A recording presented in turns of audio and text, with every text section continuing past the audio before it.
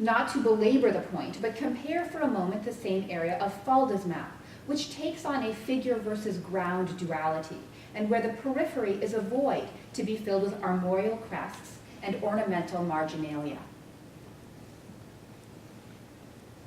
And note how porous the walls appear in Vasi's map. Streets and river continue within and without. These arteries also appear arbitrarily cut off at the black ruled borders that define the edges of the map, suggesting that the city is further connected to the world at large, which extends off the sides of the page. In sum, there is more continuity than rupture in Vasi's map. A number of metaphors come to mind. To me, the most vivid is that of the city as a vital organ, inextricably tied by veins and connective tissue to the surrounding body. In his talk, Allenstein alluded to Vasi's concept of the living city as an urban whole, and we might think of that living city deriving some of its vitality from the world outside its walls. Now, before we start to get carried away, I should point out that there is really nothing new about what Vasi is doing here either. He might have been taking his cues not from Falda's grand map of 1676, but rather from this smaller, more contextualized plan that Falda had published 9 years earlier as a kind of prelude to his magnum opus. And I really have to thank Mario for making me think about this after we talked yesterday. And I think that it is, you can see that he is looking very carefully at this map. Look, for example, at the walls, which are almost a perfect match. That said, even here, although Rome does nominally have surroundings, they act mainly as a backdrop to the city. The pastures outside the walls are barely sketched in, rather generic, and they show few signs of life or activity. To my eyes, a different predecessor bears the most uncanny resemblance to Vasi's map, and that is Mario Cartaro's 1576 map of Rome, published 200 years before. With regard to overall appearance, this map, not Falda's, is the closest relative to Vasi's. So what do we make of this? Was Vasi being even more retrograde than previously thought, going back not 1 century, but 2 for his model? Well, not so fast. For one thing, Vasi might have imitated the general form and style of Cartaro's map, but he updated its geographical information, as we've seen, by correlating it with the latest reissues of Falda's plan. And Falda's plan was reissued, I think, 4 times in the 18th century, if I'm not wrong. In Vasi's map, we are looking not at the late 16th century Rome of Cartaro, nor at the late 17th century Rome of Falda, but rather at the late 18th century Rome of Vasi himself. The Porto di Ripetta, the city's upriver port, designed 1703, is here, as are the Spanish Steps, constructed 1728, the Trevi Fountain, completed 1762, and the Palazzo Corsini of 1754. Vasi clearly viewed Cartaro's model as an interactive framework, and he was as attentive to the current state of Rome in this map as he was in his Vedute. And this is why I think nostalgia is something that we can ascribe to Vasi, but I think it's only a partial explanation. Is he deliberately, nostalgically looking back to earlier prototypes? Clearly. At the same time, he's modernizing them, right? And Vasi is not a particularly nostalgic kind of artist. So I think that there are other explanations that add to our understanding of why he is going back in time, essentially. Of more lasting value in Vasi's eyes was the format of Cartaro's map, which he left largely unchanged. What about it appealed to Vasi? Clearly, he appreciated Cartaro's integration of Rome with its surroundings, and his attention to the specificity of those surroundings. There's no generic patterning here. This detail of the upper right corner on each map shows just how close is their kinship.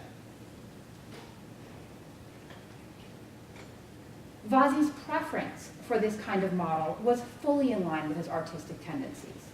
As John Pinto has noted, and this is from the catalog essay, Vasi embraced an emphatically contextual approach to the representation of Rome's urban fabric.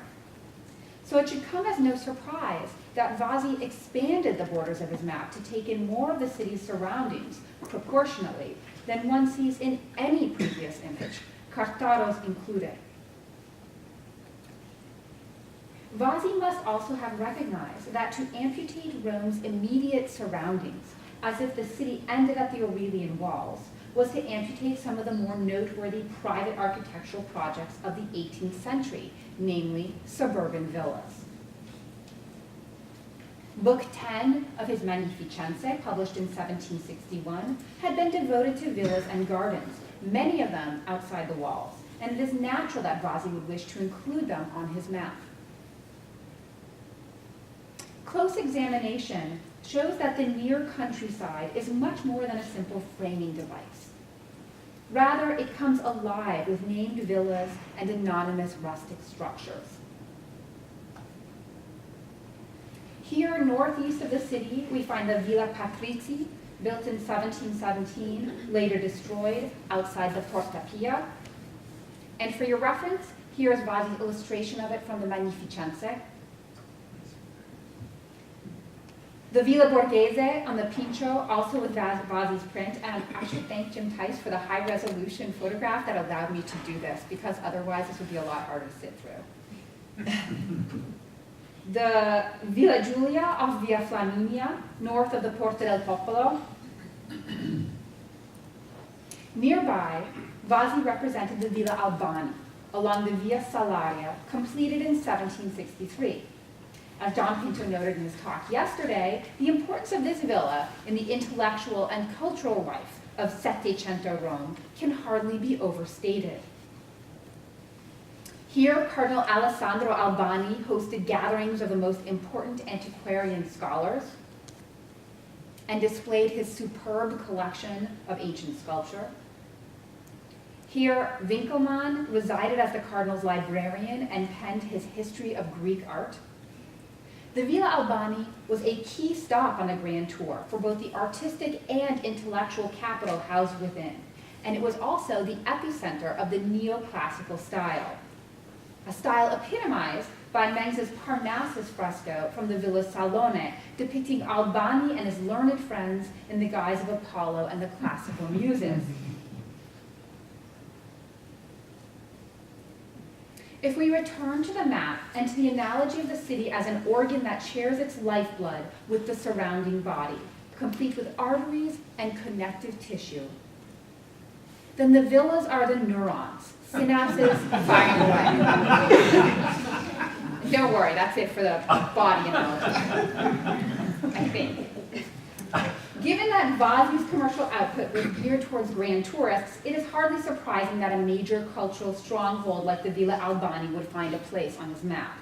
This was, in part, a clever marketing strategy, and it wasn't Vasi's only one. He also wrote, in the banner heading above the map's index,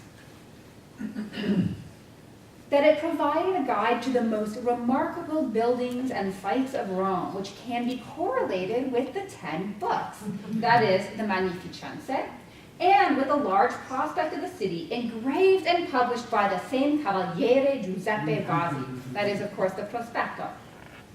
The 1781 map, published separately, could be displayed alone, and at lower left, Vasi writes that it can be purchased at his own establishment and lists the price. Or it could be used in conjunction with Vasi's other works. So just how did he envision them working together? The relationship between the map and the Magnificenze is, I believe, fairly straightforward. The map provided the overall geospatial context for the individual vedute contained within the 10 volumes. Those vedute did not rigidly respect the boundaries of the Aurelian walls, and neither did the map. The connection with the Prospetto is more ambiguous. how could this encompassing, minutely detailed view of Rome possibly be enriched by association with a smaller, cruder map? The answer, I believe, lies in their distinct graphic languages. As a pictorial view, the prospetto presented a powerful illusion of a direct perceptual experience of the city, a vision. The pretense is that you are looking upon a faithful rendering of the same panorama that unfolded before Vasi's own eyes as he sat sketching from high atop the Janiculum hill.